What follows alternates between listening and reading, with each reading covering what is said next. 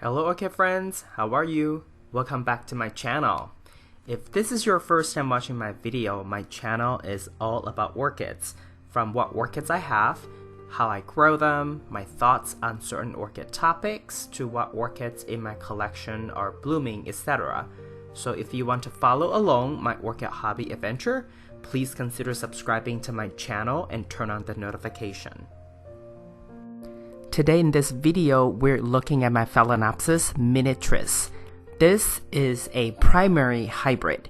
It's a cross between Bellina and Equestris. And the one thing special about this particular cross is that both parents are Cerulean type. So you can see from the flower that this orchid is purpley. So this orchid is somewhat new to my collection. When this orchid arrived, it already had two spikes, and the spike on the right had a tiny bud, but that one did not continue to grow. This bud in the video is something that it later grew out. So it was a very pleasant surprise because I actually didn't know when the blooming season is for this particular cross. So even though it had two existing spikes, for primary hybrids or for species orchids, sometimes they may keep their spikes for quite some time until their bloom season to bloom. So I didn't know what to expect, but when this orchid started to elongate its spike on the right, I was really happy to see that. I knew of this Phalaenopsis miniatris cross for quite some time, but I've never actually ordered anything from anyone because I was really waiting for the Cerulean type. And finally, Norman's Orchid had this cross, so I was paying very close attention to its website, and I also looked at other crosses and decided to make a couple purchases. So here we go. Toward the end of October was when this orchid started to open the bud. At that time I was pretty nervous because in my environment it was getting colder and colder. I wasn't really sure if the bud would blast because of the declining temperature, but thankfully this orchid made it, and when it opened I could not believe it. It was so pretty, and it has a really pleasant fragrance, and I think that fragrance can be attributed to Bellina.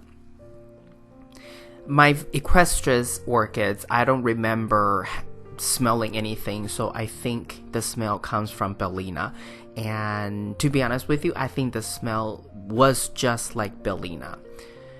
Of course, that's just based on my memory because at the time I did not have any Bellina blooming, so I couldn't really put them side by side and take a sniff at both of them, but based on my memory, the smell is just like Bellina's smell. I do have to tell you though, the flower that I saw in the photo on the website looked a little different than this one, and that's okay because I think this orchid was grown from seeds. So when orchids are grown from seeds, they do have the possibility of having slight variations because obviously it's not stem propagated, it's not Mary clone, so you can't really expect the flower to look exactly like the sample photo. But I think this one, even though it's different, it does have a little bit more Bellina in the way that the flower looks, which is fine because I love Bellina, and the way that this orchid, just the color, I think is something that I would treasure for a long time, provided that I don't kill it. This orchid was not very expensive. I think it's anywhere between $30-$35. I can't remember exactly, but it's not super expensive. However, Cerulean type orchid typically is a little bit pricier, and the reason for that, for those of you who are new to this orchid hobby, there is no true blue color in the orchid kingdom. So Cerulean or purple, dark blue, or dark purple sometimes are harder to find, and thus would have a slightly bigger price tag. But for this one, because it's a younger plant, it's not a 100% old plant, even though it's a mature size, which, obviously it's blooming, so it's a mature size. So it's still a young plant, and that's why its price tag is still somewhat affordable for most people. I have not repotted this orchid, as you may have already observed. What I have done is I put the entire orchid into a 16-ounce plastic cup. That's how I handle new orchids if I don't have to quarantine them. Sometimes you do have to separate them from your entire orchid collection just to be sure that there is no bug problem, pest problem, or any kind of potential infectious disease. And because this orchid comes from Norman's Orchid, and it's a very reputable orchid nursery in America, and all the orchids that I have purchased from them all come with very little, if almost no problem. Actually, 99% of the time there's no problem. So I just went ahead and put it into a cup and then put it on my orchid shelf. Another reason I didn't repot this orchid immediately was because, well, it still had 2 spikes and it was having a bud, even though that one didn't grow out completely. So I didn't want to disturb this orchid. And of course, it was October time, so it was not quite the ideal time to repot an orchid anyway. And judging by the roots and the sphagnum moss, the media, I didn't think that this orchid need any kind of repot in such, in the wrong season. So if I repot this orchid at all, I would wait until springtime or summertime in my area to repot this orchid. And coming up, it's something, let's just call it a bonus footage that I'm throwing into this video, and that is, it's a side-by-side comparison of my Purple Martin and Miniatrice. It's just so coincidental that my Purple Martin was still in bloom. If I remember correctly, my Purple Martin started to bloom end of April, and in December 2019, end of December, it was still in bloom. So it's, a total of about 7 months that this orchid was in bloom for 2019. Anyway, so Purple Martin, it has I think one of its parent is Violacea, and it's a Cerulean type Violacea. So, and that's why Purple Martin is known for its purple and its super cute purple lip.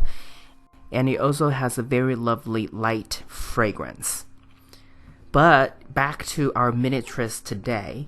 This one, because it has Bellina in its parentage, this one actually is fragrant, and I really, really enjoy its fragrance. And typically in my environment, fragrant orchids are fragrant anywhere from morning and then it would go until around early afternoon, like around 2-3 o'clock. And obviously there are certain orchids that would be fragrant at night, well into the night. For example, Brasov Olynyk dosa, that's another type that would only be fragrant during the nighttime. But it's just really fragrant, and I love it. All in all, I really enjoyed this particular orchid so far, and I'm having pretty high hope for it for 2020 because it has 2 spikes, and hopefully in late spring next year, because my Bellina, the 2 that I have in my collection, one is the the fire wild form. So both Bellinas usually bloom in late spring, early summertime. So I'm having high hopes that this orchid will continue to elongate its two existing spikes to give us more blooms to enjoy for the upcoming blooming season. Do you have this cross in your collection? Do you have any experience to share with us? If you do, comment down below and let us know. This is all I have for you today. If you like this video, please give it a thumbs up. And if you would like to get more orchid related videos from my channel, please subscribe and turn on the notification. I want to wish you happy growing, and I will talk to you in my next video. Ciao!